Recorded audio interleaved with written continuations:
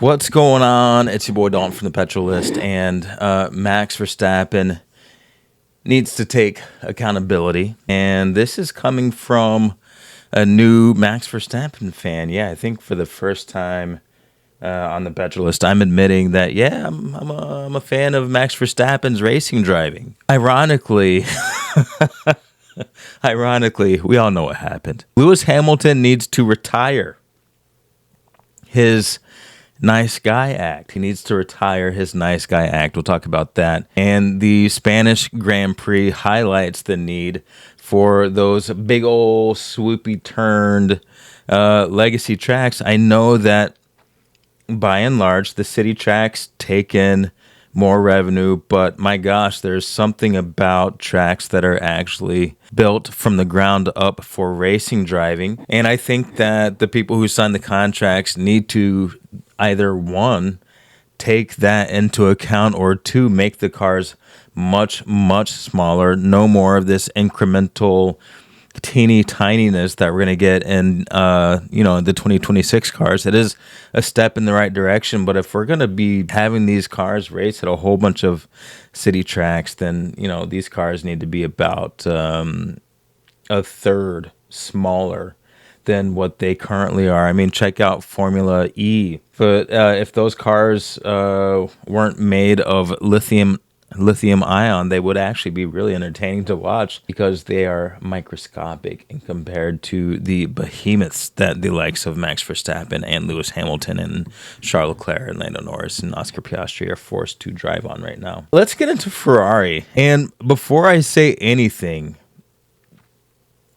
about Ferrari, I actually have to restate it for everyone. Ferrari is second in the Constructors' Championship. So no matter what you have to say about Lewis Hamilton or Charles Leclerc or Fred Vasseur or is it Adami? Maybe you have some bad stuff to say about that guy. But before you get into just how poorly Ferrari is doing, just recognize the fact that they are second in the Constructors' Championship. That's above Red Bull. That's above Mercedes, who recently took a nosedive in reliability. Ferrari is ahead of them. And, okay, I was going to say, I think that there might be a problem with Lewis Hamilton's driving. And I was like, man, he fell to pieces with like 6 laps left after that last safety car, and then Hulkenberg passed him, which was that was a P5 for Hulkenberg in a Sauber. Somebody tell me in the comments, I'm not sure, but is this Hulkenberg's highest finish? If so, I mean, that is phenomenal. And I just got to say, this is one person who has deserved a much better car than he's been driving this whole time. I don't know how he stays in Formula One. It's, him more than anybody else. It's got to be for the pure love of the sport, because why would you be this good to where you can take a Sauber and land it in 5th place behind George Russell in a Mercedes, Charles Leclerc in a Ferrari, Lando Norris in a McLaren, and Oscar Piastri in a McLaren? And oh, by the way, you have Hamilton, who's a 7.5-time world champion, Hadjar, who's freaking lightning fast, Gasly, who's no slouch, and Alonso and Verstappen behind you. Now, granted, Verstappen did get a huge penalty. Some might say not big enough penalty, but I mean, still, Hulkenberg, you got to be having the time of your life right now. All right, let's talk Ferrari for just 1 second. Fred Vasseur said that there was some floor damage. I was wondering how in the heck Lewis Hamilton could not push himself into like a P5 or even a P4 after that safety car, but he just fell off. And like I mentioned, gloriously for Hulkenberg did pass. But when I said Lewis Hamilton needs to retire his nice guy act, I'm agreeing with / riffing off of what Juan Pablo Montoya said. He said, Hamilton needs to get angry, and he needs to, I don't know, maybe request a new race engineer. And as Juan Pablo Montoya said, these guys, they need to start questioning, do I work for Lewis or will he take me out? Hamilton has got swag. He's got a little bit of weight to throw around, and he is not doing it. He's not throwing that weight around, and I think that he's going to suffer, and I think Ferrari's going to suffer if he does not do so. All right, Juan Pablo Montoya also said, if Ferrari really wants to if Ferrari really wants to succeed, they really need to listen to Hamilton and build a car around what he wants. This is true. And I know everybody's like, oh, Charles Leclerc is no slouch, and Hamilton would be a fool to think that he's going to come in and dominate the Ferrari car within the first year. Well, let's look at how Sainz is doing. Sainz is in P14, and or for the Spanish Grand Prix, and Albon was in P19. But P14, P19, I know the Ferrari is a better car, but Williams has shown, moments of brilliance. Meanwhile, Hamilton is in P6. And this is after Fred Vasseur has already confirmed that there was, as a matter of fact, a problem with the Ferrari car. And let's not forget, the concept for the Ferrari is completely different than it was for the Mercedes. And I think that, for what he's been given, Lewis Hamilton, which is a new car, a new country, a new language, a new racing engineer who doesn't really seem to have a sense of urgency, a P6 in a race like that is actually not too bad. Now, before anyone goes and says, oh, you're just a Hamilton fanboy,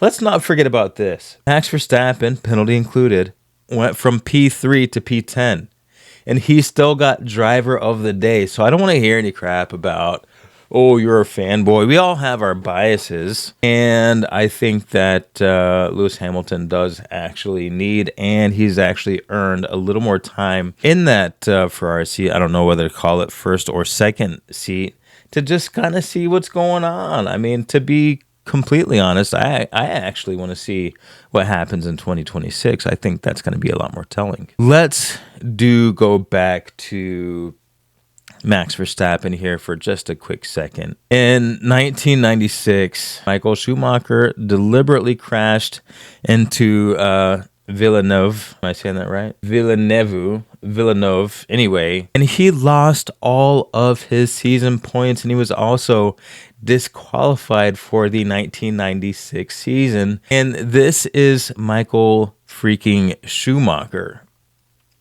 that I'm talking about. Max Verstappen, and again, should I regret my announcement of being a fan of Max Verstappen's driving on this weekend? No, I should not, because I'm not a fair weather fan. I'm like, if you got the skills, you got the skills, and I'm gonna be a fan, no matter what. Although, yes, I'm a bigger Lewis Hamilton fan, bigger Charles Leclerc fan, and maybe even a bigger Oscar Piastri fan. When it comes to Lando and Max, I think Max wins out over Lando for me. And again, this is just personal opinion. It's not based on, stats or whatever. So, if you feel me, you feel me. If you don't, you don't. Anyway, in 96, Schumacher did a purposeful crash, and he got basically the entire wrath of the FIA put against him, and I think for good reason. And it's because Formula One driving, as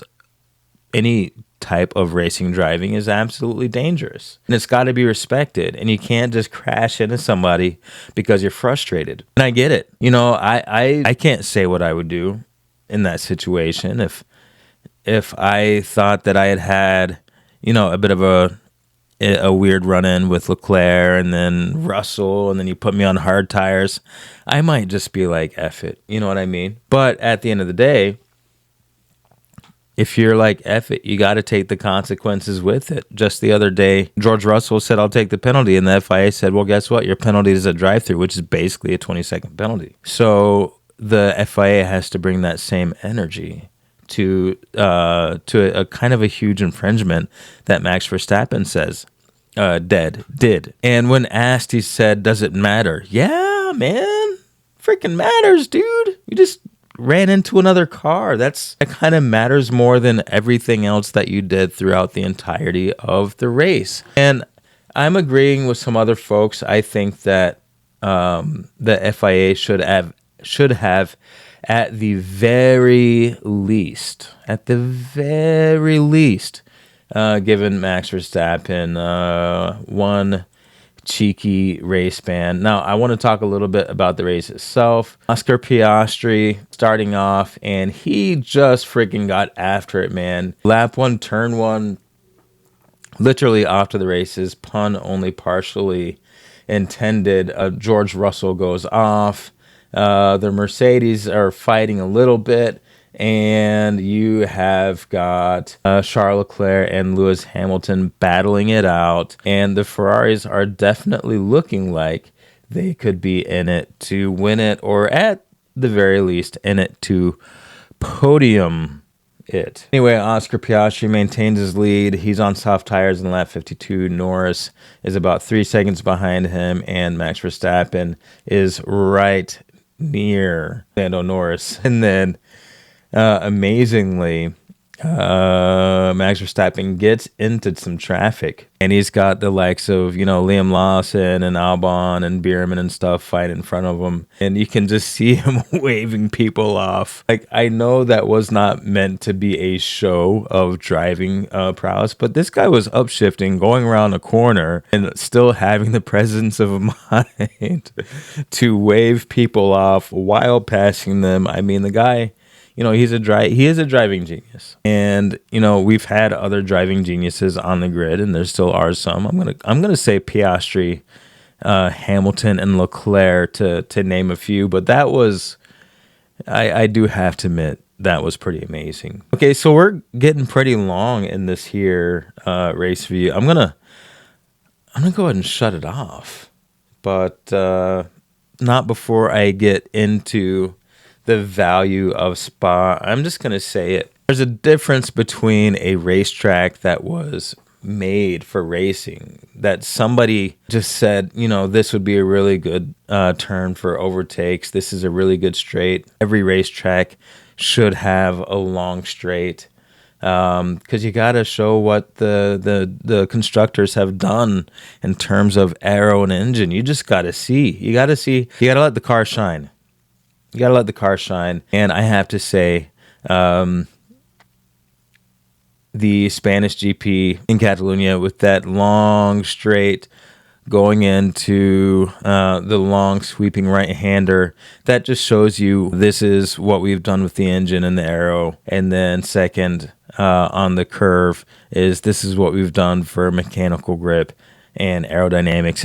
It's a showcase for the car. And then you get into some more technical bits where you showcase some more braking, driver talent, and all that kind of stuff. But you have to purposefully engineer that in. You have to purposefully engineer it in so that spectators can see it. I'm looking at the race replay real quick, and man, I have to say, I'm watching it again. Max Verstappen lets George Russell by.